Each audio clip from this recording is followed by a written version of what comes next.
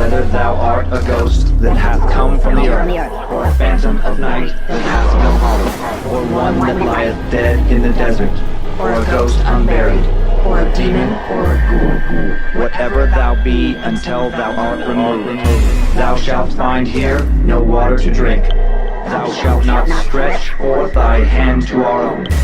Into our house enter thou not. Through our fence break through thou not. We are protected, though we may be frightened. Our life you may not steal, though we may be scared to death. Welcome to Scared to Death, Creeps, Peepers, Roberts, and Annabelles. I'm Dan. Hello, Dan. I'm Lynze. Hello, Lynze. Today is the last episode before October. Prime spooky season. Such a fun time to be a horror fan. So many new good horror movies that are out there. Yes. Horror content. Best time of year to consume it all. Yeah, it is. I love it's a whole season. It's a whole vibe, a whole, well, we're in our spoopy era. Are we? The spoopy era? Oh, is that a Taylor Swift nod? Nailed it. Okay, got it. Good job. Very exciting mid-show announcement today about a fun contest for the fans. Make sure you pay extra attention right before Lynze tells her stories. A very fun thing for you guys. And then right now, Lynze has a reminder about our live show. Yes, more exciting things for you, our amazing fans. Okay, guys, the time is here. The time is now. Well, sort of. Depending on when you choose to consume your newest episodes of Scared to Death, this week on Thursday, September 24th at 12 noon Pacific time, tickets for our 4th annual global streaming event will be on sale. Yay! Yay! You can get your tickets by going to moment.co/scared to death. And it should all look really familiar too, because it's the same company that we've worked with over the past few years to bring you this exclusive, amazing Halloween themed live show with live interactivity. And once you have your tickets secured, please make sure you go back and visit badmagicproductions.com to see the fun merch that we have to offer you for this year. And if you missed any of this info because you're driving or your kids are annoying you, you can find all the information in our episode description. And we'll be posting about this on social media as well. So we're pumped to see you, and we're pumped to record that show and come to you live from New Orleans. Mm-hmm. Whoop, yeah. whoop. Yeah, very excited for that. Yes. Okay, and then for today, how many stories do you have for Creeps and Peepers? I know this is shocking, but I have 2. I have 2 as well. No way. What are your 2 about? Okay, well, my first story is... it's an odd tale about an encounter with a medium that maybe will provide relief from ADD. I know that sounds bizarre. It will all make sense when you listen to it. And maybe not altogether the most scary story, but definitely a head scratcher. Okay. And then my second story, I have potentially a new creature. Maybe only new to me, but have you heard of the Hoof Lady? The Hoof Lady? Hoof Lady. No, definitely not. I've definitely not heard of her. Well, I am excited to share this tale to see if she exists only for this fan who shared this encounter. Or if anybody else writes in. Yes, or if anybody else can confirm they have seen the Hoof Lady. I mean, there definitely have been entities people have seen, going back hundreds of years, where they claim that the entity has cloven hoofs, like as far as usually some kind of satanic imagery associated with the devil having like legs being like the legs of a goat kind of thing. Yes. Other monsters. There's I think an entity in Central or South America where it's like a beautiful woman, but when she gets close, you can tell that she's not a real woman by her hooves. Oh yeah, what is her moniker? Yeah, there's a legend in I want to say like Northern South America or Central, but I feel like this is different. It sounds like this is going to be a different creature. I think you're going to dig it. I have my normal 2 stories. For my first, we're going to head to Poland. Is it a Polish monster? No, not a Polish monster. Oh. But set in Poland, which is not the norm here. Heading to the little village of Emilcin, Poland, to discuss the Emilcin Incident, a supposed UFO abduction that took place in 1978. Oh no, my people. And then we're going to travel further east to Russia to discuss an alleged very intense haunting. Okay. Little-known Russian author seems to have been both haunted literally and figuratively by a terrible thing that he did, And I won't reveal more than that, but it's a good one. Okay. All right. Well, I'm excited. I'm excited to go to Europe with you. Yeah.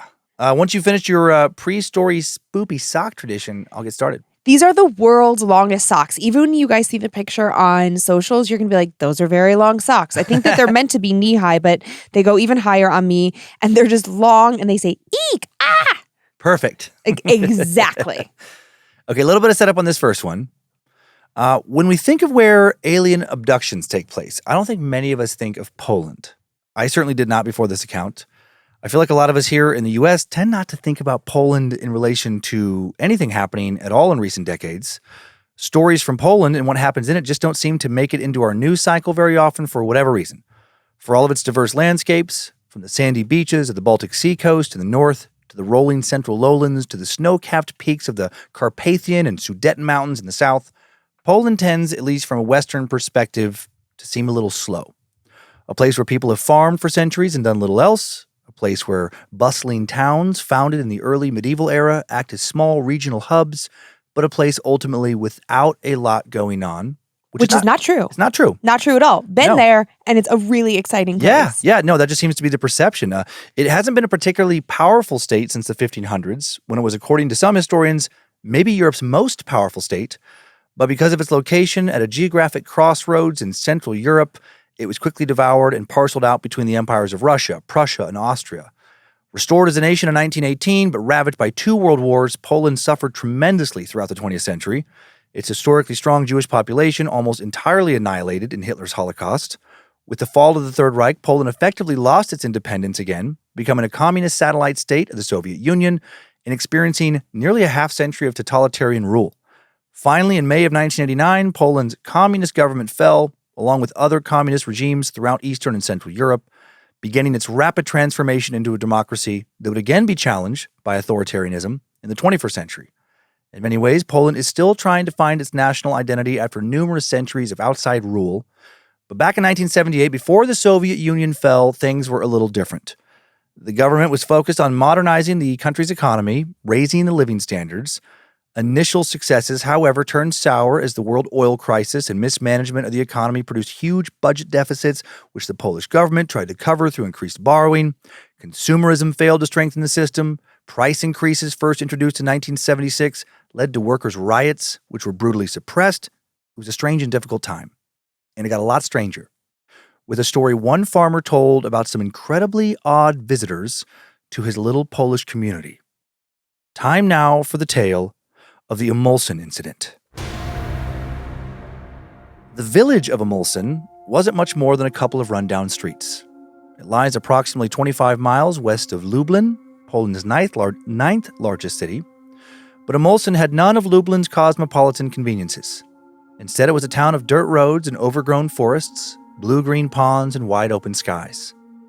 In the early morning hours of May 10th, 1978, a local farmer, Jan Wolski, rode along on his horse-drawn cart exactly like he did every morning, exactly like people had been doing in that area for over 1,000 years. He was headed to Emilcin. He passed a few old, cute wooden cottages, a couple of new drab concrete houses built just a few years before, most of them never finished, leaving their slate-gray faces to loom over the village, promising neither prosperity nor total destitution. Soon the scenery melted into a grove of tall trees. These were not just any trees, these were Jan's trees. He was driving past his own land. Land he'd worked for decades. He knew every inch of these woods, every pond and ridge and slope. But he certainly did not recognize the 2 figures standing up ahead. There were only a couple hundred people in the village. Jan knew them all. These were definitely not people who lived in Emilcin. As he tried to focus his 71-year-old eyes, the figures before him did not grow more distinct. They grew less distinct, almost shimmering, blurring somehow into the surrounding environment. He could see that they were short, around 5 feet tall, with an almost delicate build, and they were wearing long black suits. They had somewhat slanted eyes that seemed very dark, just like they were all pupil, and protruding cheekbones. They also had what looked like green skin. Jan assumed the color was some sort of trick of the light. Jan held his breath as he approached them, keeping his eyes on the road. Years of living in a repressive authoritarian nation had taught him to mind his own business, to not notice anything that might bring him to the authorities' attention. Still, he couldn't help but notice that they noticed him when they saw him. He felt it, a current of energy passing between them, that animal instinct that tells you when someone or something is watching you. And now, out of the corner of his eye, he saw them slow down, and as his horse got closer and closer to them, the figures split off, one going around one side of the cart, the other going to the other side. And then he felt it. His cart rocked backwards, and his horse slowed with the addition of the extra weight. The figures had jumped up onto his cart. Something told him not to look back. He could hear them chattering in a strange, unknown language, unrecognizable to Jan's ear despite him knowing many languages. Polish, German, Yiddish. This wasn't any of those. And if you're asking yourself why Jan didn't ask them to get out of his cart, for one thing, he was an elderly man. And for another, it was a custom in his village and the surrounding villages not to deny passage to those who needed it. As he continued to hold the reins and be drawn behind his horses, the two figures behind him kept talking in high, rhythmic voices. He had no idea what they were talking about, but he understood when one of them leaned up towards him and told him to stop by waving its hands. Strange, green hands. Jan began urging the horse to stop by pulling the reins, but soon the mysterious being apparently grew impatient and grabbed the reins itself, and the horse stopped immediately. Then up ahead, Jan saw it. Their spacecraft. It was as big as a standard-sized bus, entirely white and equipped with strange devices that whirred and buzzed as it floated approximately a dozen to 15 feet off of the ground.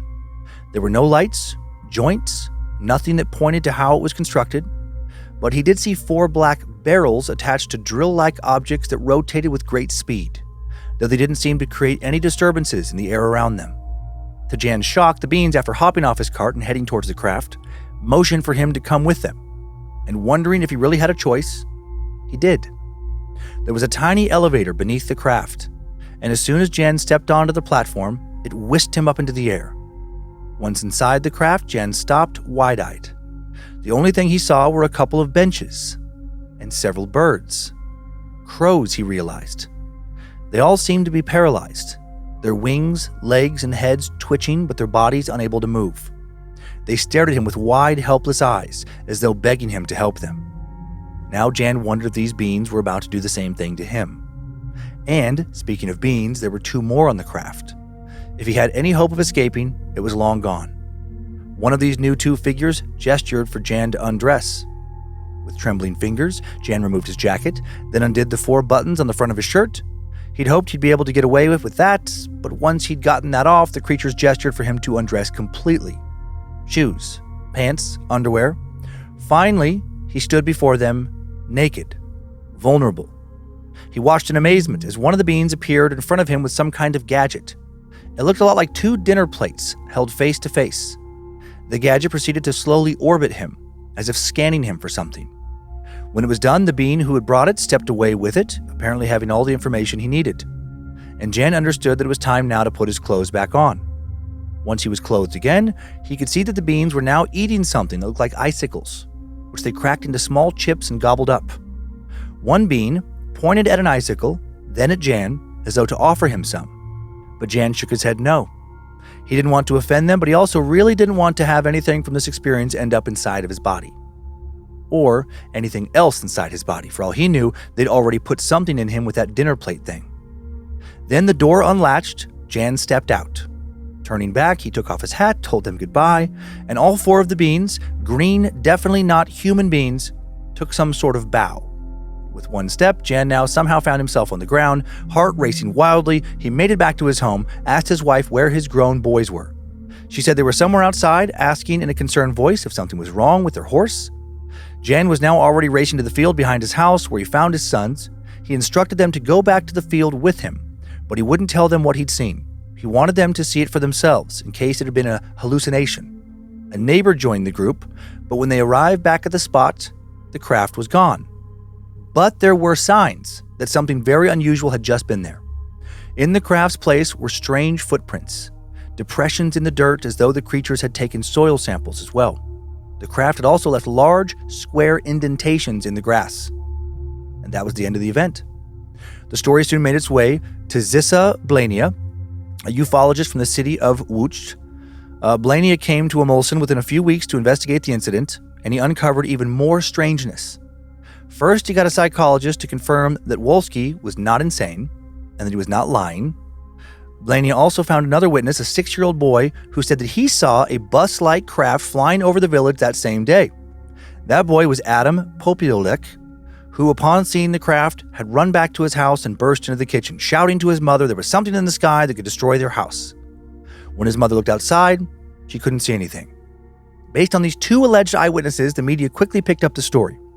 The June 6, 1978 issue of the Courier Polski newspaper quoted Blaney as saying, "I don't believe that the witness could have given the details of the appearance or demeanor of the beings using only his imagination. He describes, for example, how their suits looked, even though this information never appeared in Polish publications on UFOs. So I believe this is an account of an absolutely real, authentic experience." Blaney would remain a devout believer in Jan's experience. In 1996, nearly 2 decades later, he published the book The Emilcin Incident, all of it devoted to Wolski's tale. Law enforcement, however, not so quick to believe. After media coverage caused masses of tourists to converge in Emilcin, authorities decided to investigate, and they found no evidence whatsoever to back up this tale. The police concluded that Wolski probably dreamt the whole thing up in his sleep. But again, this was not the kind of government at this time that would have had, shall we say, an open mind about such things. It was a severely repressive, no-nonsense communist government. It was also a government prone to propaganda and no stranger to suppressing information. After Wolski's death in 1991 and Blaney's death in 2003, theories about this incident proliferated. Some believe the government's version of events. Others say that Jan was somehow drugged, that he hallucinated the incident. In another theory, the whole affair was scripted by the communist regime to direct public attention away from the nation's poor economy and repressive political atmosphere. And of course, some believe that Jan Wolski was truly abducted, tested, and then released by beings from another world. It's very possible that we'll never know what really happened to him on May 10, 1978. But the words inscribed on the Emilcin Incident Memorial, constructed in 2005, make us wonder if maybe someday we'll get some definitive answers, not just about this incident, but about the totality of the many, many extraterrestrial abduction and UFO encounter claims from around the world. And those words are, "The truth will astonish us." Who put that quote there? I don't like that.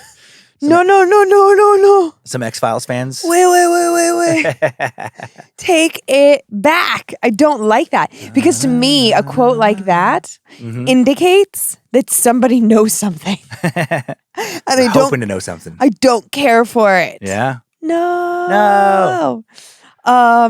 Okay, Jan is like so polite. That was like my big takeaway. I was just kind of cracking up over here. Just like thinking about, okay, my dad is about to be 71. Yeah, oh yeah.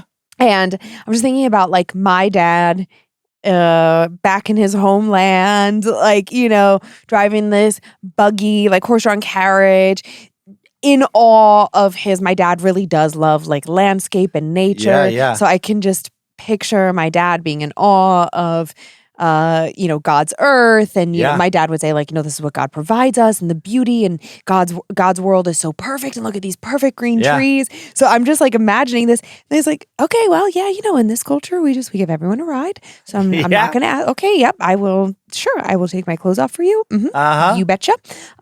No, thank you. I would prefer not to eat one of your icicles. I was nervous when that part happened because I was like, oh shit, Jan, take the icicle. They might kill you if you don't take it. Like they might be so offended. Yeah. And since there's clearly some language barrier, for lack of better terms, I can't believe Jan came out of this alive and in one piece. Haunted by it, surely. Yeah. Do you want to see a picture of Jan?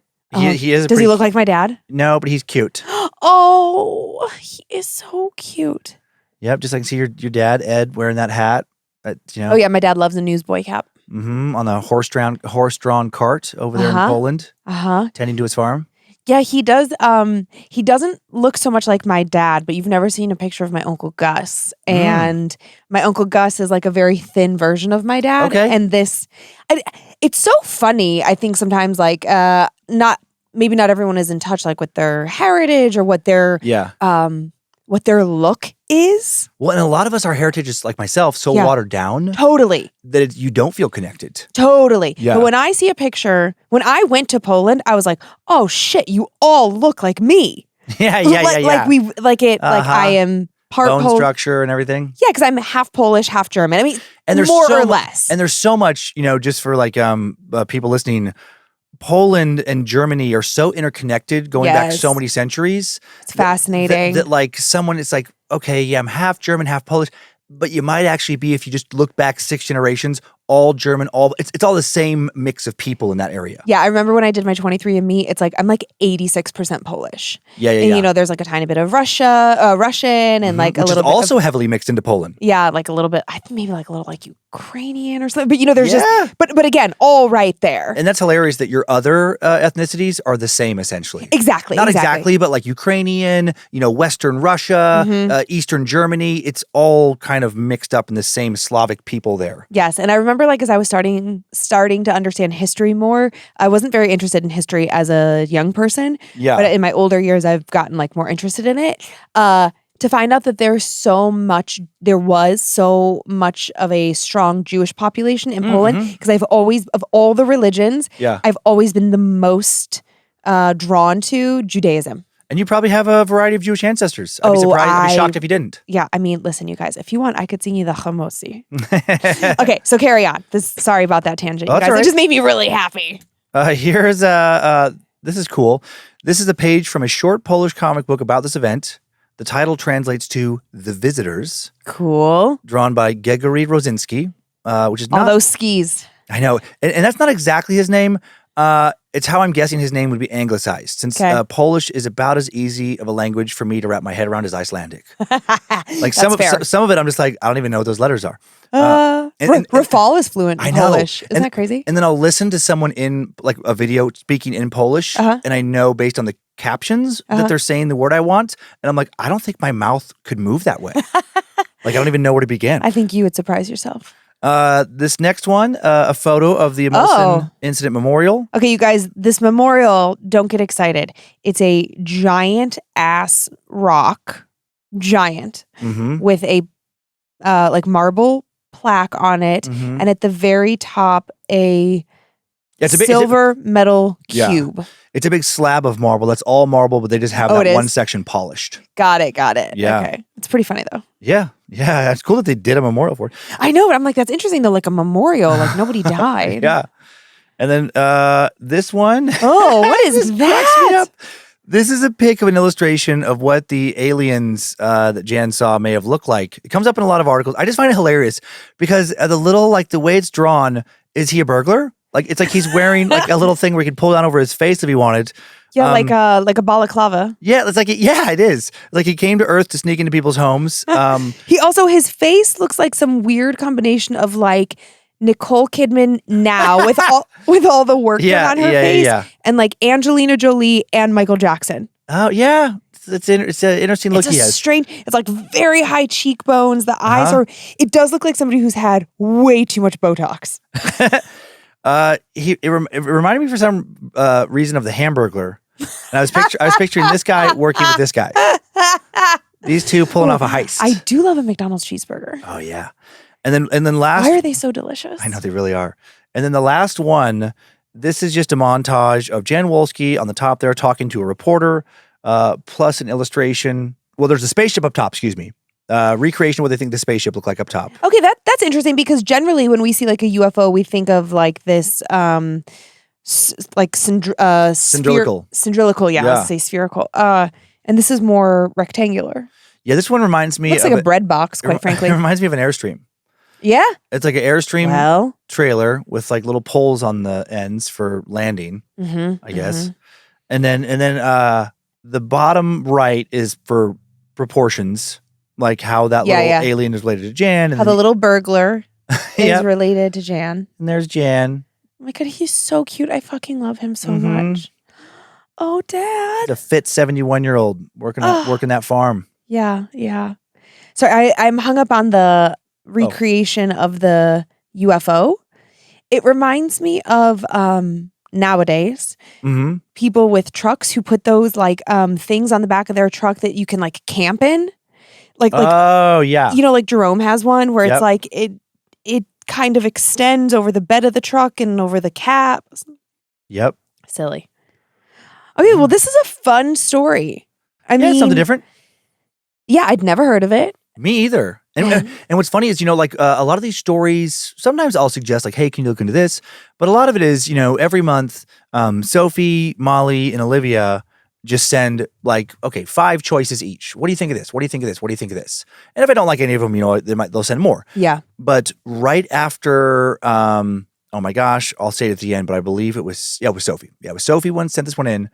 Never heard of it in all the years we've been doing this one now. And then the next week, Olivia's like, hey, what do you think of this? And it was the same thing? Same thing. Yeah, Funny. It's funny to me when that happened. Out of like the thousands, tens of thousands of stories that are out there. Well, meant to be. Meant to be. I would say it doesn't surprise me that it comes from Sophie. She's so well-traveled and she's has Polish. Spent so much time in Europe. Yeah. Yeah. She's about as Polish as you are, I think. Oh, yeah. If you see when my hair was blonde, pictures of Sophie and I side by side, she looks like she's my child. Mm-hmm. Yeah, truly. It's so bizarre. Well, I'm really proud of Jan for representing us in this story. Still don't care for it, but if you're going to have an alien encounter, this seems like the least traumatic alien encounter. They didn't poke him. They didn't prod him. Yes, he had to strip down and that could be embarrassing. And like, he never seemed scared either. I should say that. A couple articles, I didn't say that during the story. Yeah. But yeah, he was like apprehensive about like not wanting to take his clothes off. But he said they never seemed threatening. Yeah. They were never aggressive towards him. And I never got that feeling in your telling of the tale. And he was never hurt. Yeah. None of that, like the little things scanning him, it's like there was no pain. It didn't even touch him. I mean, I don't know how you ever sleep again. So the psychological damage later. Yeah. I would probably want to be hypnotized and just forget the whole damn thing happened. But at 71, he was probably on his way out soon thereafter anyway. So I hope not. Maybe. Looks fit. He looks nice. He looks great. Is he still alive? No. Oh no, we know he's dead. You already said. Yeah. Are you ready to move on from your mother country and head to Mother Russia? Okay. About the same amount of setup as there was on the first story now for the second one. And this story comes from the industrial Soviet city of Sverdlovsk, now known as the a little bit easier to say Yekaterinburg. Wow. It's a miracle that we even know anything about what happened, as the events all took place in 1964 to a poor, struggling author in his mid-40s, and this was barely reported on. Making things more difficult, none of the Soviet newspapers from the era remain in print in this area, and like many of the newspapers from the time, none of these old editions were ever digitized. All the information we have on what happened comes from one anonymous Russian forum poster. While they thought the story was so terrifying that it had to be shared, they apparently wished to remain anonymous because their knowledge of the story originally comes from their grandmother, who lived in the apartment next to the man. She was questioned so intensely by the Soviet police after what happened that, according to our anonymous source, she's lived in fear ever since, if she's still alive. She remained curious, kept up with the case for years, collecting all the evidence we have here to share, though. Yekaterinburg, it's a city of about 1.5 million people in the Ural region of Russia, right next to the Europe-Asia border. Not that there's really a border, but where they consider the continents to separate. I know where Ural is because of Risk. Yeah, exactly. During the Cold War, the city was an industrial hub with massive military factories and steelworks so extensive it was sometimes referred to as Russia's Pittsburgh. The two most notable things to happen in the city are both pretty dark. It was in the basement of the city's Ipatiev house that the royal Romanov family was executed by the Bolshevik revolutionaries in July of 1918, ushering in Russia's long, dark decades of communist rule. The city was also the site of an anthrax leak in 1979 that killed at least 68 people. The leak was hushed up by Soviet officials as it was related to chemical weapon testing in Sverdlovsk's biological warfare facility. And now let's meet the man the story revolves around. According to a small biographical section in an edition of the Sverdlovskaya Pravda. Oh, well done. Sverdlovskaya Pravda newspaper, 43-year-old Anatoly Orlov, there we go, had been a semi-successful author earlier in his life, but after his son fell down the stairs and died at home in a tragic accident while his wife was away, his life had more or less fallen apart. His wife divorced him, blaming him for the accident, and he was forced to vacate the family home that they had been given by local officials and move into an apartment he would have to share with several roommates. For most of the next 3 years, Anatoly was unemployed, living off small royalties the government gave him for some of his earlier work. He was reclusive, spending his days alone in his room or going on solitary walks through the city. And that brings us to 1964. And since it wouldn't flow very well to refer to her as the anonymous Russian forum poster's grandmother over and over, we will call our source Sophia. We're going to put all of her evidence into more of a narrative format to make it more of a story, less of a laying out of random facts. Time now for the tale of Whose Eyes Are Watching Me. Over the few months that she'd lived in her shared government apartment with Anatoly and a few steelworkers, 19-year-old Sophia had noticed that Anatoly liked her. It wasn't blatantly obvious. They hadn't shared more than a few short conversations on basic things like the weather and the sad state of the building. But she knew he must at least be a little fond of her because he didn't talk to anyone else. Normally, being the only acquaintance of a lonely middle-aged man might have creeped Sophia out, but she had heard about what happened to Anatoly's son, and she felt bad for him. She would smile at him whenever they passed in the hall or on the stairs, and did her best to try to keep their conversations going when he spoke with her. But even though she knew he liked her, when she noticed he had slipped a letter under her door as she left for work one morning, she was still fairly confused. What could he possibly have to tell her that he couldn't just share in one of their talks? She had been nice, but he didn't really know her, and she failed to realize just how much he liked her. Maybe it was a mistake to be so friendly to him, she wondered. She put the letter on her bed to read when she got back from work, and then got even more confused when she walked past Anatoly in the hall. He looked troubled, and his eyes only darted up at her for a second before he brushed past her silently. That didn't seem to fall in line with the mentality of a man walking by a girl he had just written a letter to confessing his love. So what could that letter be about? She couldn't stop thinking about it while she worked, and she regretted not reading it right away. She was so distracted it took her far longer than usual to finish her work for the day. A building sense of anticipation led her to speed walking back to her building, and she returned just as it was starting to get dark. She would decline an offer from her housemates to eat with everyone else in the kitchen, instead taking her food into her room, closing the door, and opening the letter. She knew Anatoly was an author, so she wasn't surprised that the letter didn't begin with the basic "To Sophia" or "Dear Sophia," but when it started with, "Do you know how it feels to think you're being watched?" she was very concerned. The letter in its entirety read, "Do you know how it feels to think you're being watched? To be absolutely certain you are alone, but remain unable to stop yourself from feeling that a pair of eyes are peering out at you from the darkness. I apologize, of course, for sharing this with you, Sophia. I know we are not very familiar with each other, but I think you may be aware that I have no one else I could share my experience with, and I feel it must be shared for my own sanity. I must first reveal something to you. You have no doubt heard of what happened to my son, Dmitri. Today marks 3 years exactly since his death. It seems I cannot escape it. I thought I would disappear in the city, but I am instead a spectacle. I see the looks that people give me. I hear the rumors they whisper between one another. My wife and I had not loved each other for some time before Dmitri's death. She constantly pushed me to write more, and eventually she pushed me to the point where I lost the will to write entirely. I hated her for this, and we fought often. Dmitri sympathized with his mother, a natural thing for a young boy to do. And one day while his mother was out shopping, the boy confronted me at the top of the stairs. I was leaving my study to go down to the kitchen when I saw him standing there, shaking with fear, his little fists balled up at his sides. I believe he was attempting to intimidate me. I was in a bad temper, and I remember laughing at the little man in his brave stance. And when my own son told me to stop yelling at his mother and start writing again to make her happy, my temper took hold of me for a few tragic moments. I yelled at him to not disrespect his father. And as I did, I saw the costume of a brave man disappear, and the scared little boy looked up at me with nervous eyes. That small thing thought it could force me to start writing again? The little 5-year-old that knew nothing of the world? Looking down at him, staring at his terrified eyes beginning to well with tears, I felt incredibly powerful. I cannot explain how it felt to realize just how easy it was to shove him down that staircase. But it would be harder still to describe to you the immediate regret I felt after realizing what I had done. I rushed down to the boy, and as I held him in my hands, his eyes stared up at me in fear. Dmitri died in fear of his own father. Nothing I could have said while he lay there dying would have succeeded in removing the fear from those eyes. I tried to tell my wife that he had tripped, fallen down the stairs in a terrible accident, and while she did not accuse me of intentionally killing him, I could see in her eyes that she suspected it.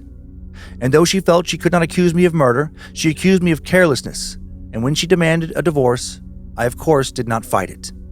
I have been lucky to continue my life with only rumors surrounding me. You are the only person to know the truth, and while it would not surprise me if you never speak to me again, or even if you bring this letter to the authorities, I needed to tell you to make you understand what I tell you next. I often go to the roof of our apartment building late at night to smoke a few cigarettes. It is nearly impossible to be alone anywhere else outside of my room. Earlier tonight I did the same, and as I was doing so, I got the feeling of being watched. This in and of itself was nothing new, as I am used to being watched now, and I began looking around to verify that there was someone indeed nearby, and I saw him. In the darkest corner of the roof, a pair of eyes peered out at me.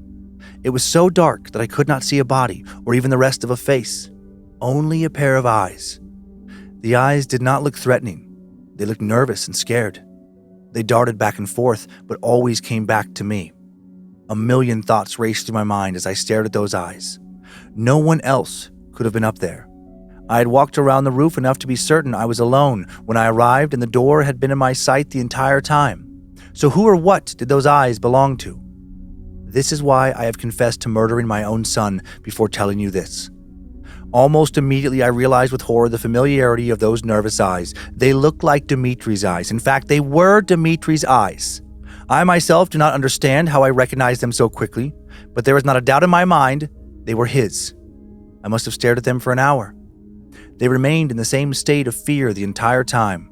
I hoped that they were some psychological phenomenon, some representation of my own guilt, but I tell you, Sophia, they were real. Eventually, I was able to walk to the door, not failing to meet Dimitri's gaze as I moved. I returned to my room. I have kept my light on since, terrified that as soon as I turn it off, I'll see him peering out at me. I'm hoping that I will be free from him by tomorrow, that he appeared today only because it was the anniversary of his death. But I have no real reason to believe that it will be so, and I am enough of a coward that I plan on keeping my light on again tomorrow night as well. I apologize again for sharing this with you. I have no expectations of any further conversations, and you can do with this information what you wish. I only needed someone else to know. Just as Sophia put the letter down, with a sick feeling in her stomach and thoughts arising of how she could tell the authorities about Anatoly's confession immediately, she saw her lights flicker and then shut off. This wasn't a total surprise. The building had lost power before, and the power shutting off was even somewhat of a regular occurrence in an old building like this. But the timing was unsettling. She next heard a collective groan from the kitchen from her roommates, but paid it little attention initially, sitting in the darkness and processing what she had just read. But then, it hadn't been longer than 30 seconds, when she heard a sort of groaning, slowly turning into a piercing screech through her wall. "Stop looking at me! Stop looking at me! God, stop looking at me!" Anatoly's words were then cut off, and she thought she heard a faint choking, gargling sound. Sophia rushed out of her room, past her confused housemates, and into the dark hallway. She started banging on the door to Anatoly's apartment, and after receiving no answer, dropped her shoulder and easily broke the weak lock. Her momentum sent her stumbling down a short hallway and past the unit's small bathroom. She was able to stop herself as she came into view of the bedroom, and she gasped. A pair of eyes floated in the farthest corner of the room. As she stared at them unmoving, the lights flickered on, and the building's power returned. She expected them to disappear, but the floating eyes remained. She had not imagined them. And as light flooded the room, she could see they hovered only a few feet off of the floor, and that they were not looking at her. She followed their gaze and let out a cry as they brought her to Anatoly's bed. There he sat, with empty sockets where his own eyes should be. The eyes she had just seen that morning. Now she stared at empty sockets with bloody scratch marks surrounding them. Anatoly's mouth was wide open, frozen in a scream of silent terror, with blood leaking out from the corners. A knife lay in the palm of his limp right hand, and his chest and stomach were cut up with what looked like a dozen or more stab wounds.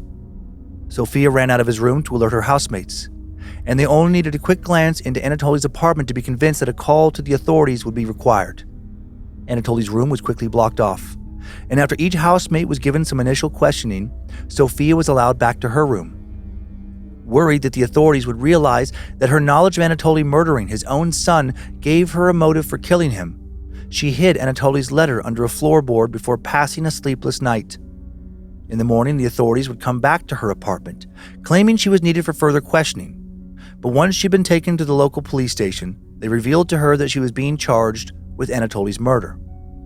They determined that it was impossible that anyone else could have entered Anatoly's apartment, and although the officials also could not figure out how Sofia could have entered the room before discovering his body, she was the only possible suspect. They did not have any knowledge of the letter Anatoly gave her, so they had very little connecting her to the crime, but they did not want the case to go unsolved. However, after multiple days of intense questioning, she was released with no explanation. After scanning local newspapers for days afterwards, she would figure out why the charges placed on her were dropped. A Sverdlovskaya Pravda story on Anatoly Orsov's death listed it as suicide. But how could it be a suicide? Sofia continued to watch for any more information on the case in all the papers she could find and came across a small article in another local paper. It read in part, "The declaration of suicide, not murder, was confirmed to us by the doctor that performed the autopsy report. Using modern scientific techniques, the doctor was able to establish a timeline for the death and the injuries. His autopsy revealed that Orsov first removed his own eyes, before purposefully stabbing himself first in non-lethal areas, then stabbing himself once in the heart to end his own life. There were no signs of a struggle that would certainly be present if another person was involved. But this report did not match up with Anatoly's screams. The forum poster explained that he had asked his grandmother whether she believed it possible that it was simply a case of mental illness or insanity brought on by the murder of his own son, but she refuses to accept these explanations. The explanation she gives and the poster seems hesitant to even share it is much darker. He is quick to clarify that he has never known his grandmother to be the superstitious type, but she has apparently stayed firm in her belief that Anatoly was murdered by the spirit of his dead son Dmitry. She explained that for years she lived in the building after the incident, and she would also feel herself being watched. And if it was dark enough, she could sometimes see what looked to her like a pair of nervous eyes staring out at her from the wall she once shared with Anatoly." Get the fuck out. Isn't that a creepy story? I mean, on the one hand, Yeah. good job, little booger, coming back and getting your dad. I know. I mean, honestly, like, his dad's a bully. Mm-hmm. We've all had moments of like regret with our kids or Right, what have you, but my not pushing a kid on the God. stairs. Seriously. Yeah. On the other hand, what the fuck? Mm-hmm. What a creepy, and that Yeah. poor girl, Sophia. it's like she's just kind of brought into this terrible. Yep, she just happened to live next door. Oh, Yeah. dug his Ay. own eyes out and then stabbed himself in the chest. After cutting up his stomach. I want you to know I could not do any of those things. I don't think most people could. The only situation in which I can stab myself in the heart Mm-hmm. is if it's like my life or my child's life. That's it.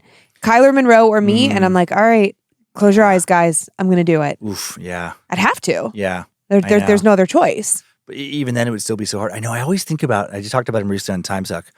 But, sadly, there are so many cases of, people taking their own lives. Yes, of course. But one that has always stuck with me, I mean, partially because I was a big fan, Elliot Smith. He was so troubled. Yeah. But like the coroner's report, and there was like, of course, with this type of suicide, there's going to be suspicion of like, no one could do that. Yeah. There had to have been someone that did that. Stabbed himself twice in the heart. Like basically the first one wasn't lethal. Yeah. And pulled the knife back out and then stabbed himself again. And did that, according to the toxicology reports, if I remember correctly, stone sober. I mean, Oof. That is intense. and very much so the result of a very mentally unwell human. Yes. He was extremely troubled by a very traumatic past. Ugh, it's so sad. Oof. Woof. I only have, there's no pictures associated with this story. This first one, a picture of, just so you can get a feel for where this happened, Yekaterinburg, back when it was Sverdlovsk. I mean, it looks like it could be New York. Yeah, you know what? There are pretty parts. It's funny. It's not like every part of every American city is beautiful. Not at all. Correct. There's like, I will say there's plenty of shitholes in America. Mm-hmm, but there's, and just like bad areas, and yeah, or like undeveloped Yeah. or already Run had their down, heyday. dilapidated, yeah. Yeah, exactly. this city, has some beautiful parts to it, but it does. I'm sure it's getting better. Well, hopefully somewhat better. But from the communist era, man, they built all these concrete apartments and just like little small factories and stuff without any thought to making it look homey or warm. It was like the opposite. Yeah. And it's like, man, you look at some of these neighborhoods. Yeah, very utilitarian. And just like, oh, this place has no soul. It just looks like, yep, I'm just going to be a gerbil on a hamster wheel and then I'm going to die. Yeah. Oof. Yeah. Here's one of those buildings. And that must be so odd for you too, because it's like I grew up in a very industrial area, like Cleveland. Oh, yeah. So I'm like, you say that, but I'm like, yeah, well, yeah. But like I didn't, you grew up, in a beautiful canyon. Yeah, true. So it's all in what you know as well. Yeah. I mean, to me, I'm like, yeah, that could also be an apartment building in Cleveland. Yeah, fair. I mean, not now, because Cleveland's awesome now. I don't care what you guys say. It's having a renaissance. Oh, well, don't spoil it. I love it when I see in the Creeps and Peepers, like they'll post like a meme that's a sign for Ohio and it's like attractions, nothing, or like, what did you do to end up here? I'm like, no, it's fine. Shit all over it. Keep it a secret. I know, Ohio's great. It really it's so great. Okay, before moving on to your stories, Lynze. Yes, Daniel. That fun news. Okay, I'm so excited for this. Please me too, actually. share. I'm like weirdly pumped for this. Yeah, cool opportunity fell in our lap. Lynze and I are going to be guest judges for Dictionary.com's 4th annual Haunting Hooks Writing Contest Scary Monsters Edition. And last year's guest judge was none other than R.L. Stine, the guy who wrote the beloved Goosebumps series, those fictional horror books that probably a lot of people listening right now were like, that's what got me into fictional horror was Goosebumps. Like, I want to say 400 million plus copies of those books have been published. No, it's so incredible to know that we get to follow behind him. Oh, totally. A very cool company. My mind is kind of blown. Yeah. I'm geeking out a little bit. So the challenge is to craft an original opening to a scary monster story in 50 words or less. You guys, 50 words. I say 50 Nothing. words before I get out of bed. Yeah. And then you're going to head to submit to dictionary.com/e/haunting-hooks-2024. I know that's a lot. The link will be in the episode description. Easy link right there for you. The contest opens October 1st. It'll close on October 13th. Winners will be announced on Halloween. We will announce the winners here a little later on the show since we record ahead, but we will announce on time on our socials when we find out. And we have added some cool Scared to Death swag to the gift basket for the winners. For more details, again, head to dictionary.com/e/haunting-hooks-2024. And again, that link will be in the episode description. Get your fictional horror on. We cannot wait to read those submissions and be part of the judging process. Promise I will not take any and use them for nightmare fuel starters. Well, maybe they want you to. Yeah, no, I'm so excited. And the team running this at dictionary.com is so cool. They've been so kind and just, they're happy to have us. We're happy to be working with them. And thank you guys so much for supporting the show and putting our show on the map enough that this is an opportunity that we can bring to you. And that is, a big reason why we got picked is like within the paranormal horror space, we have a good sized audience that we are very grateful for. Yeah. And it is based almost entirely on those of you who listen and like the show, telling your friends and getting them to listen.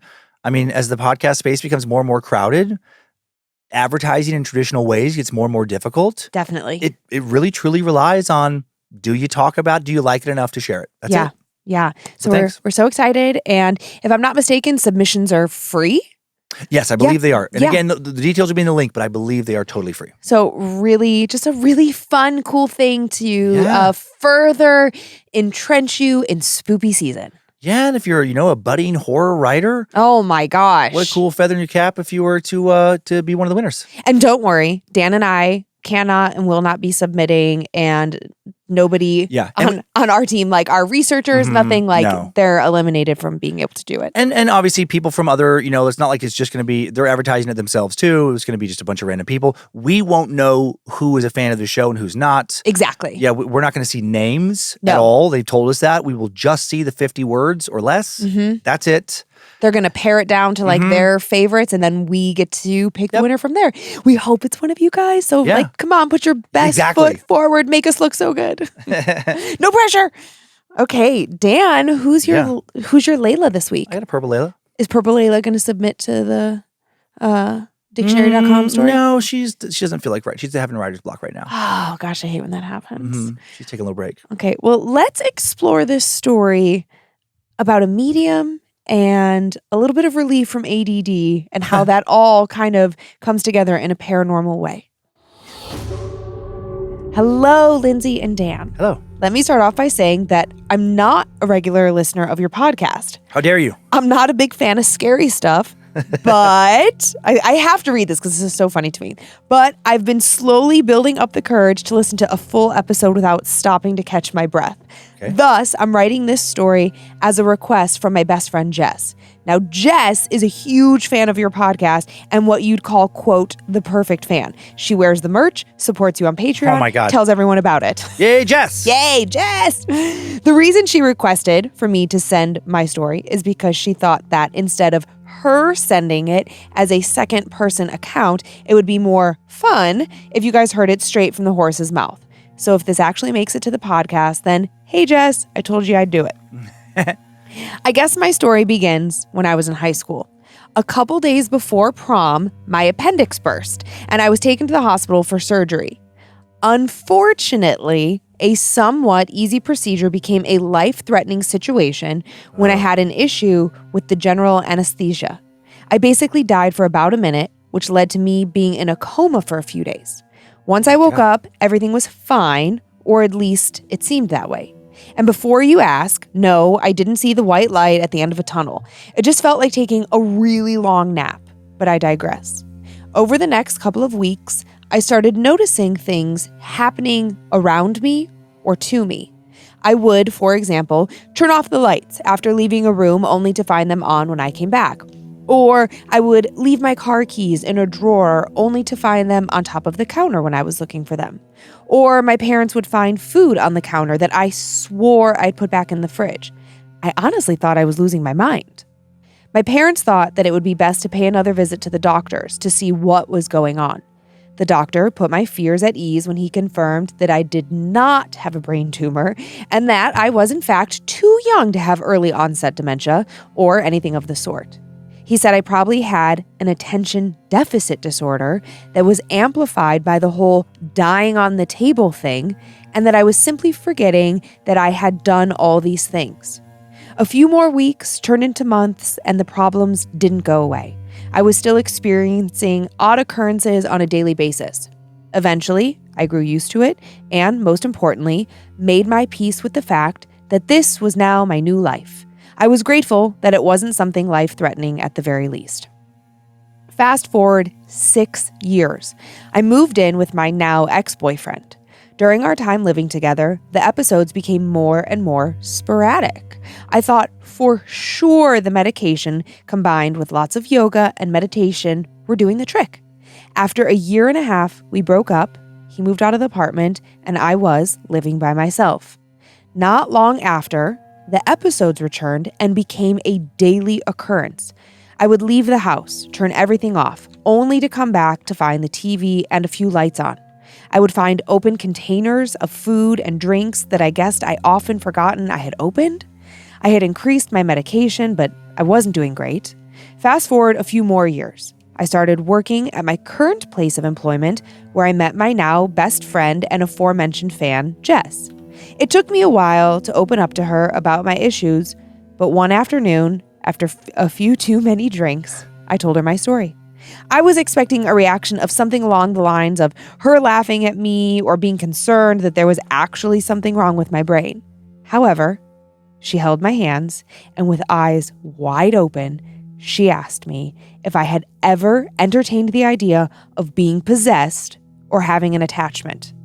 I laughed my ass off because just the thought of it was absolutely ridiculous to me. I had never been familiar with the world of the occult and the myriad of entities that inhabit it. After our conversation, I thought Jess would just drop her absurd theories, but she didn't.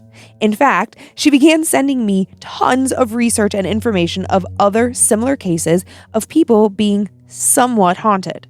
She also introduced me to your podcast and a long list of horror movies. Then, finally, she asked me if I would go with her to see a medium.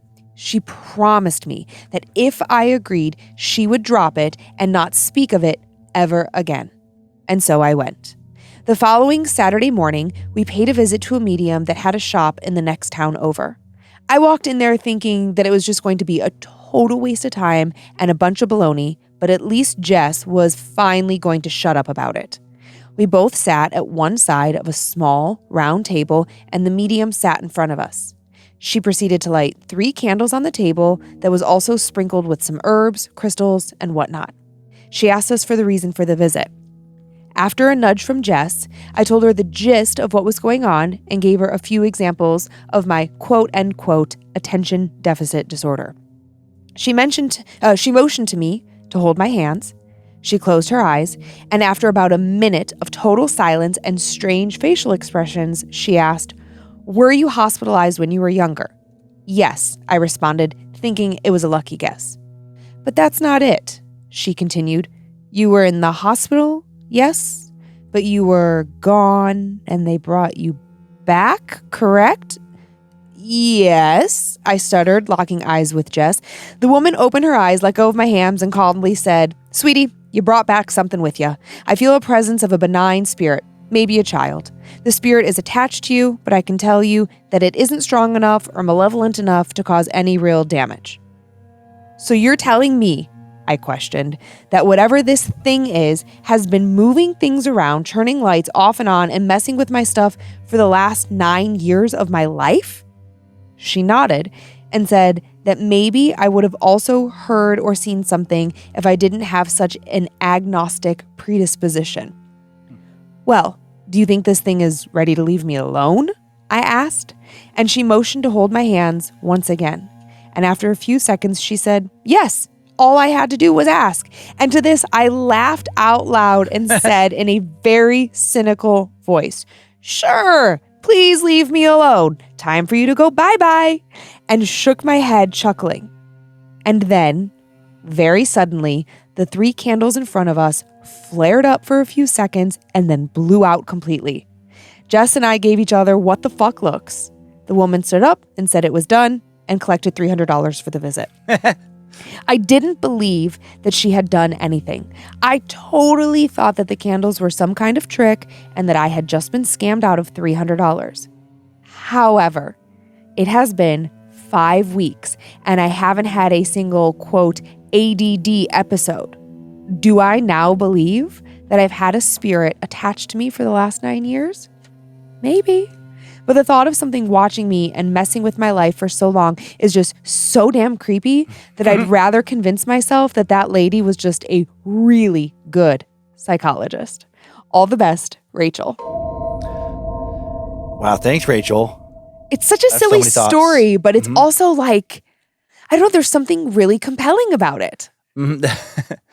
The thought I have, I mean, a couple things, but the big one is the end of that story made me picture like a horror movie or like some scenario that could be a horror movie, like some real haunting. Like how annoyed would you be? I'm just picturing like a Conjuring type like haunting where some Enfield poltergeist, there's just shit going on all around your house. You're being terrorized for years. You consulted like a priest, you know, these mediums and everything. And then finally someone just brings the idea of like, just ask it to leave. I like the way she did too. She's like, "Okay, goodbye, bye-bye." And then it does just do that. Like you'd be so happy, but if you just didn't think of that and you're just like terrorized for months and just on the edge of insanity, and then finally someone's like, "Yeah, dummy, just say like get out of here," and you're like, "Okay, get out of here," and then they're like, "Oh, sorry about that," and it just leaves. Like, really, was that easy? And then also, what a strange concept of okay, you could die, be brought back. So your heart stops beating for whatever, 30 seconds, 60 seconds, and you're out there in the ether, some other like dimension, and you bring something back with you.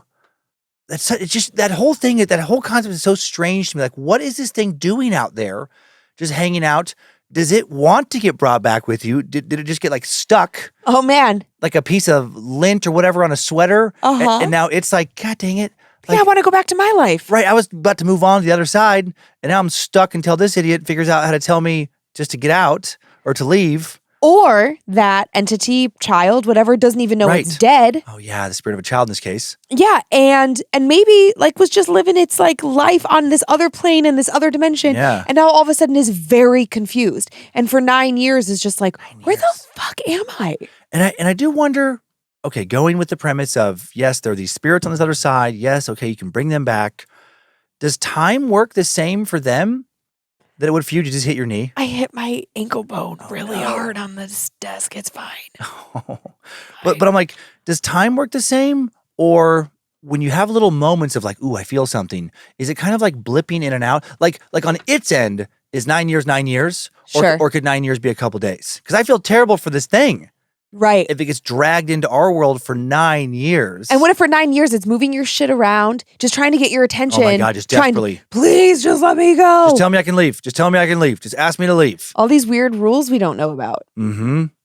But yeah, that was a fun story. Man, what an intense, you're getting ready to go to prom. Oh my God. And then you're like, okay, I have appendicitis, which is not that uncommon for a high schooler especially. And then your appendix bursts, which is extreme, but it happens somewhat regularly. And you're like, okay, usually they get all the stuff emergency out. surgery, go fast. Mm-hmm. Yeah. And then just to have it just devolve into like, you're in a coma. And your As a parent, your family is like, they might, and the doctor's like, we don't know, it's touch and go. They might not make it. Like, my God. I mean, dramatic. They never said it was touch and go. I thought maybe I inferred touch and go. When I hear coma, I just immediately assume touch and go. I do not. Oh, really? No, because like a medically induced coma? Very oftentimes it's like so the body can heal. Yeah. I was just thinking about, we just had new headshots done and we were with a friend of ours who's also an incredible photographer. Shout out to Jerome. Oh, yeah. And I had seen this news story recently here locally, but this little boy was playing. And Jerome Polos, by the way, if anybody wants to look him up, he's fantastic. The best. He did our wedding photos, Kyler's senior portraits, all of our family photos, all of our headshots ever. Yeah. You've never been so comfortable having your photo taken. Yeah, he's great. Because it's such an awkward kind of thing anyways. Yeah. But tragically, there's this very sad story of a local boy here in Coeur d'Alene. He was playing with his sister, crawled on top of a toy box. 2 years old. And the toy box was like kind of underneath the window, fell out the window and landed on his damn face. Yeah, just kind of rode the screen down from the second floor onto the ground. Yeah. Face plant. This is shocking to me. He's going to be okay. Mm-hmm. Like beyond okay. Gonna have a nasty scar going from one ear to the other over the top of his head. But he'll grow hair. He'll be able to cover it. He'll never have to tell people unless he wants to tell people. A couple days later, he was asking for a damn hot dog. Yeah. Like it's freaking credible. Yep. But what I was going to say is it's like talking about comas, medically induced coma, because when your body experiences, medical professionals who are listening, tell me if this is right. When your body experiences so much trauma like that, it just needs a lot of rest. And then B, you as the person undergoing this, you don't really comprehend what has happened to you. So the fear, I believe, if I understand this correctly, is that if they don't put you into a medically induced coma, you will panic, you will freak out, you will pull at these devices, you will put yourself into such a severe state of distress that it can derail the entire healing process. Yeah. That is my understanding. Yeah. Somebody tell me if I'm right. Otherwise, that is a great explanation said with a lot of confidence. Doesn't matter if I'm right. Okay. Are you ready to hear about the Hoof Lady? Yeah. This is so creepy and gross. All right. Time now for the tale of the Hoof Lady who touched me. I love when you guys do that with your stories. I love when you say time now. Mm-hmm. Dear Queen of the Suck and our majestic cult leader, before I begin, I must start with the obligatory love bombing for you too, because you definitely deserve it. Aww. Thank you for consistently giving us quality content and that both scares me and makes me laugh, as well as all the generosity you spread during the holidays. It actually brings a tear to my eye whenever I think of the families that have gotten a magical Christmas because of the hard work done by you both. And I wanted to share that because it's like the giving tree is so important to me. So anyways, moving away from the gushy stuff, I'm proud Space Lizard and Annabelle, and I use every chance I get to recommend all things bad magic. Yes! Growing up was hard at times, and although one can point to the assorted trauma sprinkled throughout being a kid, I can think of nothing more terrifying than my sleep paralysis demon. Because of her gnarled hands and feet that resembled hooves, I started calling her Hoof Lady, an equally terrifying name to match her terrifying sense of being. She was and still is to me as a 30-year-old woman the scariest thing I have ever encountered, and I'm low-key mad that my brain even conjured her up. That's just rude as hell. Hoof Lady still comes and goes, sometimes with months in between visits, and she is never as horrible as she was when I was a kid. At the time, not knowing that your body can legit not move while your brain is going bananas is terrifying to discover as a little kid, especially when terms like sleep paralysis were not part of my vocabulary. I thought I was marked by a demon or something, and because of that, I never wanted to tell my Sunday school teaching mom about the Hoof Lady because she would actually have blamed it on all the horror movies and tell me I was legit marked by a demon. Now, who is this bitch and why is she so scary? More importantly, why is she so obsessed with me? Well, it all started when I was about 8 or 9, at the peak of a time when lots of bad shit was happening to 3 little kids that made them strong as hell and close as fuck. Alas, despite the darkness, my brother and sister were, and still are, lights that always knew how to shine when I needed them the most. Whenever Hoof Lady would come, it was usually when I was at a low point, be it physically or emotionally unwell, and there were external forces that made life a real butt. I can recall many nights during a paralysis episode when my sister would hold me very tightly until I could move my body again, despite having woken her up with my crying and trembling. She would tell me, "If you can hear me, I'm here, and she is not. I am here, and she is not."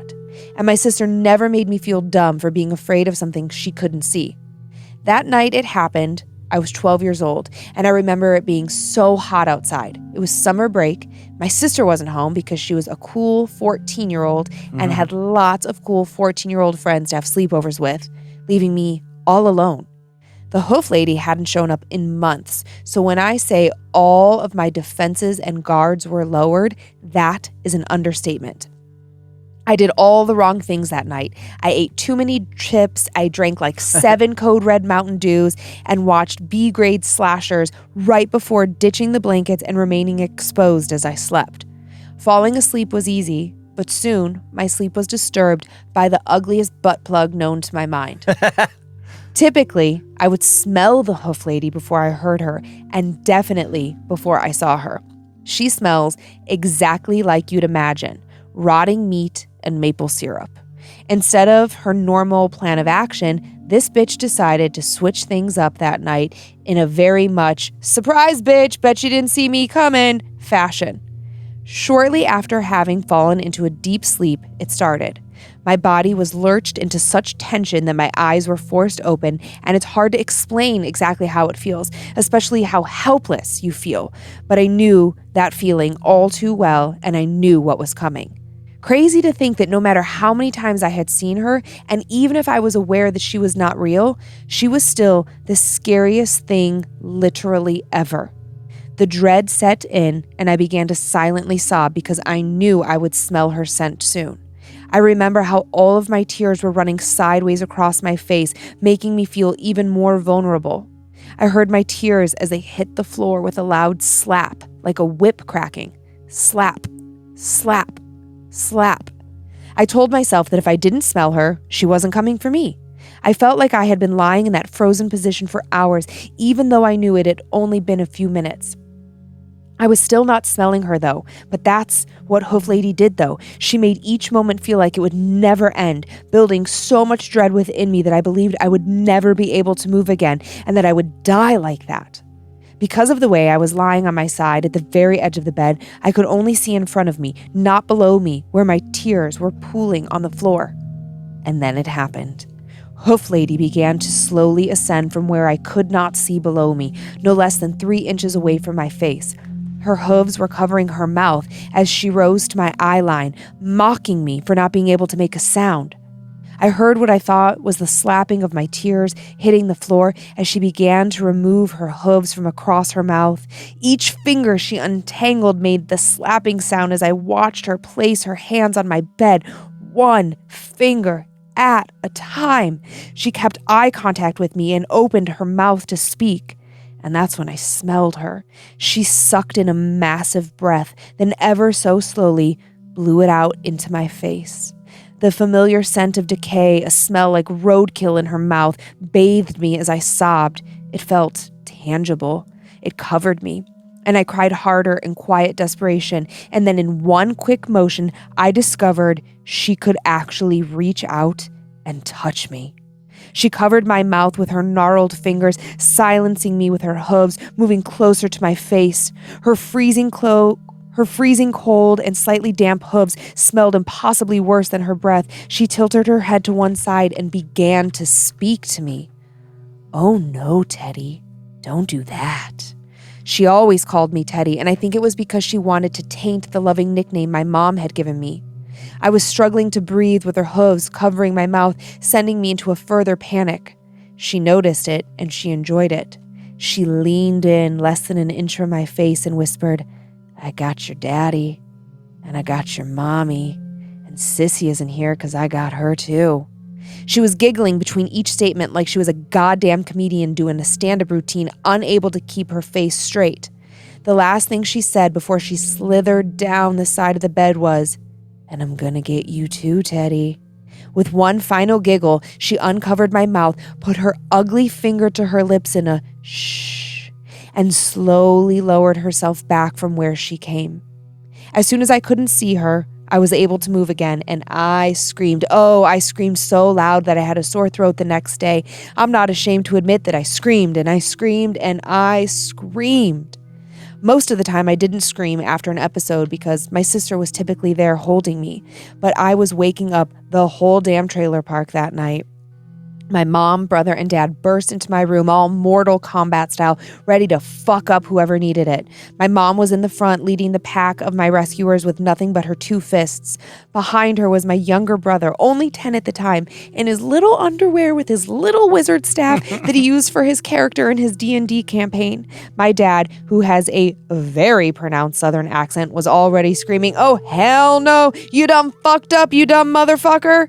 They turned on the lights and were taken aback when they saw it was only me in my room. It was clear by the way they entered my room that they thought someone had broken in and was hurting me. They approached me with caution, and I don't blame them. I was drenched in sweat, sobbing, violently scrubbing my mouth and face with my shirt. When I finally calmed down a bit, my brother sat next to me, put his hand on my shoulder in a way that was far too mature for a 10-year-old in little underwear holding a little wizard staff, and didn't say anything. No one did. It was silent. Breaking the silence, my brother said, "You look like butthole," causing my parents to begin laughing at the manner in which my brother tried to comfort me. When they stopped laughing, my mom asked if it was a nightmare and if I needed to sleep in her bed that night. Being the prideful and badass 12-year-old that I was, I told her no, I was fine, which was most certainly a lie. My brother saw right through me. He followed when my parents went back to sleep, only to come back, tugging on his own mattress, so he could sleep in my room with me. I asked him what the hell he thought he was doing, and he said, "Shut up, I'm going to bed." After my adrenaline died down, and we were each lying in our beds with the lights off, I heard my brother's voice. "Hoof Lady again?" I didn't respond, not audibly at least, but he knew my silence was a confirmation of his assumption. Being the trashy kids of the trailer park with such vulgar language who couldn't hold a conversation without at least a little bit of cursing, I was never shocked by what my siblings said. However, I couldn't help but chuckle when my brother muttered, "She's such a bitch. A big old bitch." Keep it weird, Casey. Casey, that was a great story. Great story, and I love this vision of her little brother in his undies and his wizard staff. Come on, that's like the sweetest, purest, brotherly, like sibling love thing. Oh my God, it was so cute. I know the atmosphere of this story was so great. I mean, it did make me think of like that the story contest we were just talking about. I'm like, Yeah. Casey, submit. Oh yeah, Yeah. I mean, lots of our listeners need to submit, but that was just I don't know. Maybe there's a lot of texture to it. Yeah. I could like see everything happening and just like the language so unique. Like He was like it was like, Casey, I don't know. You look like butthole. Yeah. Like, Casey, I don't know you. I don't know your siblings. I don't know your family. I don't know the context of your life. Yeah. but I felt very much like I know who you are. Mhm. Like this story was so beautifully authentic. And good and creepy too, and like that. Oh no, Teddy, don't do that. Just like ugh. Yeah. And Hoof Lady. So here's my curiosity about Hoof Lady, and a question for our fans is, generally in sleep paralysis, we hear about the entity that sits on your chest. Oftentimes we hear about Hat Man. Hoof Lady. The night hag. But Hoof Lady feels different. So does anybody else who experiences sleep paralysis or has had a sleep paralysis incident, does this ring a bell with you? Because I'm curious, is it Casey's own mind or is it another construct? And the details of all 4 of the limbs kind of having these hoof-like appendage, like at the end of it, was odd. And the smell. Blowing breathing into her face. And God, I know exactly what she's talking about, like rotten meat, decay, and maple syrup. Because but it's so true because there's always a certain kind of sweetness to the smell of blood, which is decay, and it's like, oh God, I know exactly what you're saying. One of my favorite details of that story was Casey talking about watching horror movie, like summer break, 12 years old. Yes. Staying up late, watching a horror movie, having 7 Code Red Mountain Dews, too many chips.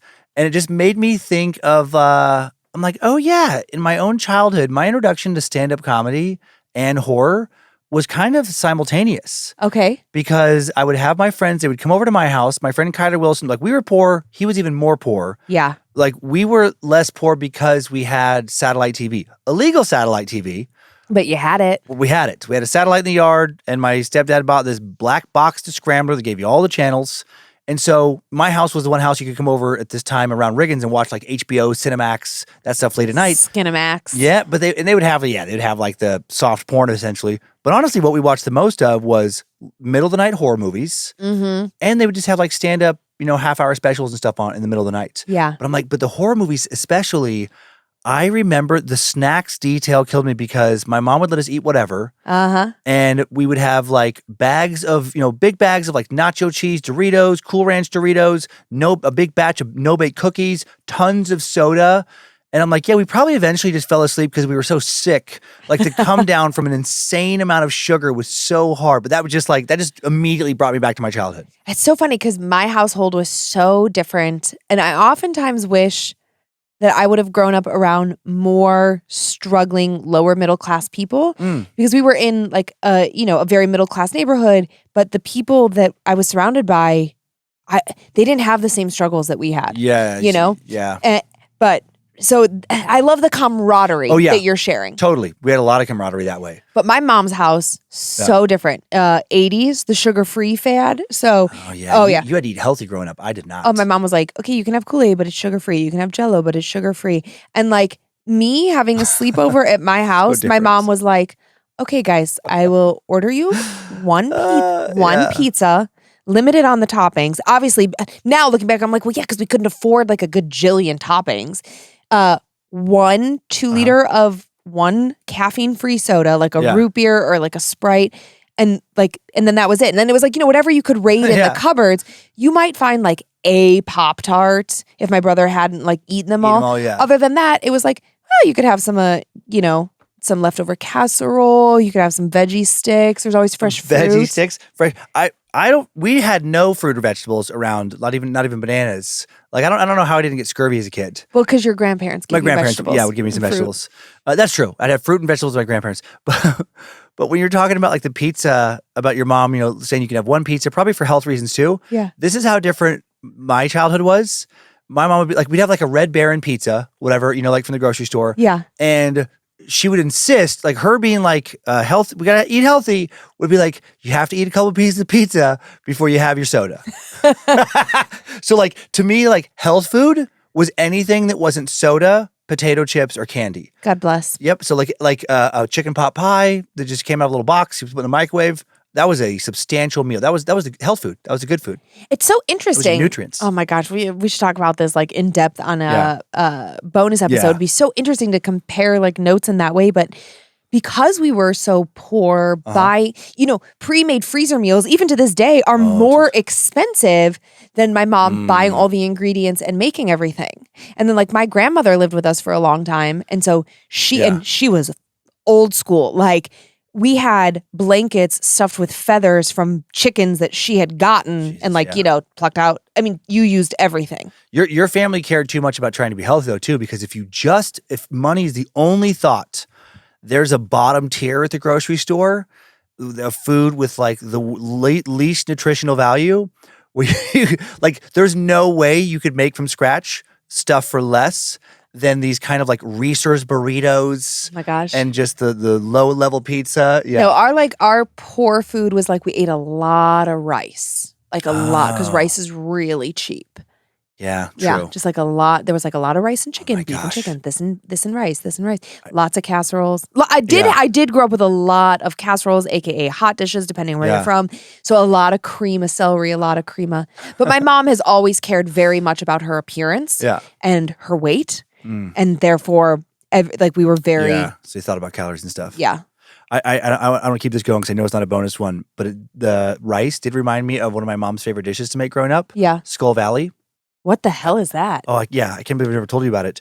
Oh boy, here we go. Okay, everybody get out your pens and paper because the last time when you shared tater tot casserole. It is delicious. Okay, let's have it. It is delicious and it is very cheap. God damn, I still want to do a scared to death cookbook. What you do for this is you just, you make yourself a, Skull Valley. 4 to 6 servings, whatever, like just the basic, like your cheapest box of white rice. The whole box? No. But you do like 4 servings or so, whatever. I can't remember the exact amount, but you want a substantial amount of white rice. Okay.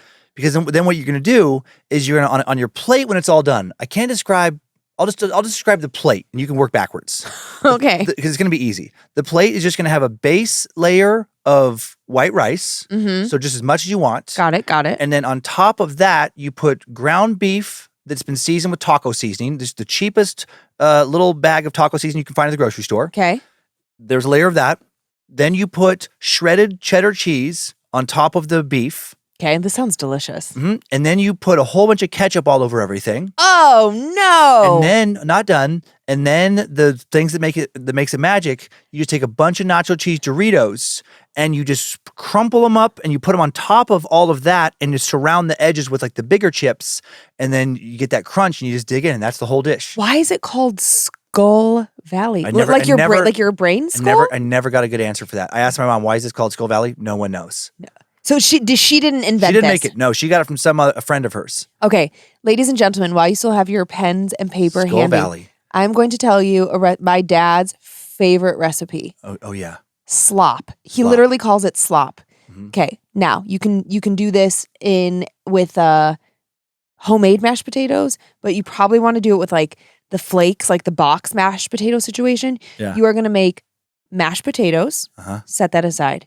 You are going to get a pound of bologna. Mm-hmm. And you are going to fry that shit up in a frying pan, oil, butter, whatever blows your skirt up, really. Then you are going to take your plate of mashed potatoes and you're going to pile the fried bologna on top. And then you are taking a can of Campbell's tomato soup, heat it up, and then dump it on the top. Mm-hmm. That is slop. And then you eat it all and you take the longest nap of your life. My dad and my brother both love slop. It never appealed to me. Sounds good. But it is just like hilarious to me. We all have our trashy things that we like. I don't care if you grew up in a household that was all carrot sticks and organic ranch dressing. Oh, yeah. I am certain you have some weird secret food thing that you love. Absolutely. My God, what a great podcast that would be. Fuck hot ones. Let's just have like weird meals and see who can get through them. Who can survive. Oh my God. Who can stay awake. All right. Sorry we went off on a tangent. But it was at the end, after the stories. Do you want to thank some Annabelles? I do. Y'all, thanks for making everything we do possible, including things like this awesome opportunity with dictionary.com, our continued gratitude coming at ya. Annie Bella, Christian Padilla, Brock and Jade Hammond, Kyle Pate, Rachel Rotert, Vivian Sands, Tari Barber, Audrey Patchett, Ashley Epperson, and I am Louise. I like it. I would like to thank the following Annabelles as well. Thank you so much. Renee Dominguez, Brody Hall, Aurora Blackbriar, Michelle Mama Ghost, Emma Henley, Crystal Cooper, Gage Lowe, Babs Bunny, and Mike McDougall. Or McDougal. Brody. I feel like I have like a weird thing in my head. Why is that triggering something? Oh, sorry. And Yedeman Joe. Yedeman Joe. Brody. What is that from? Want to do some spoopy shout-outs? I do. I have quite a few this week. To Shannon, the curly-haired dork butt who is forever on my mind from the Lone Star Cupcake Cowboy. You're the butterfly effect update of my dreams, and I'm so thankful I can figure out this playthrough of life with you. That's so cute. That's so cutest. cute. I love it. To all of the creeps and peepers out there, from your fellow listener, Anna, she wants to remind all of you that you're never alone and that it's okay and normal to struggle with your mental health and hang in there. Oh, yeah. You know, it's so sweet. And then to Margarita from Dan and I here at Scared to Death, we just want to tell you it's okay to be struggling with your mental health as you recover from your ACL surgery. You've got this. To Kitten Whiskey from Jag, I love you so much.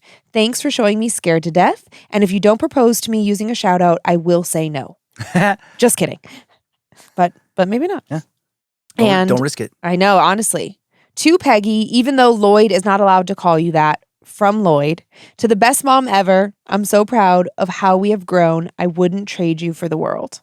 Oh, those are great. So sweet. We have the best fans. We have the best people. The best peeps. That's our show. Thanks for continuing to send in your personal tales of terror to mystory@scaredtodeathpodcast.com.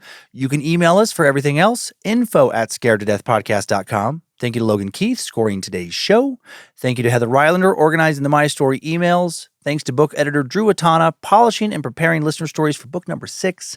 Thank you to Sophie Evans finding the first story I told this week, and to our own Kyler Cummins for finding the second. Great stuff. We're on Facebook and Instagram where we post pics that accompany episodes and more at Scared to Death Podcast. We have a private Facebook group, Creeps and Peepers, full of the best people. Big thank you to the All Seen Eyes, the Creeps and Peepers moderators, for keeping that a very welcoming place for so many. And enjoy your nightmares, Creeps and Peepers. Hope you were scared to death. Are you say bye? Oh, sorry. I got distracted. Bye. If spirits threaten me in this place, fight water by water and fire by fire. Banish their souls into nothingness and remove their powers until the last trace. Let these evil beings flee through time and space. Evil may pass through, but hath no home here within, scared to death.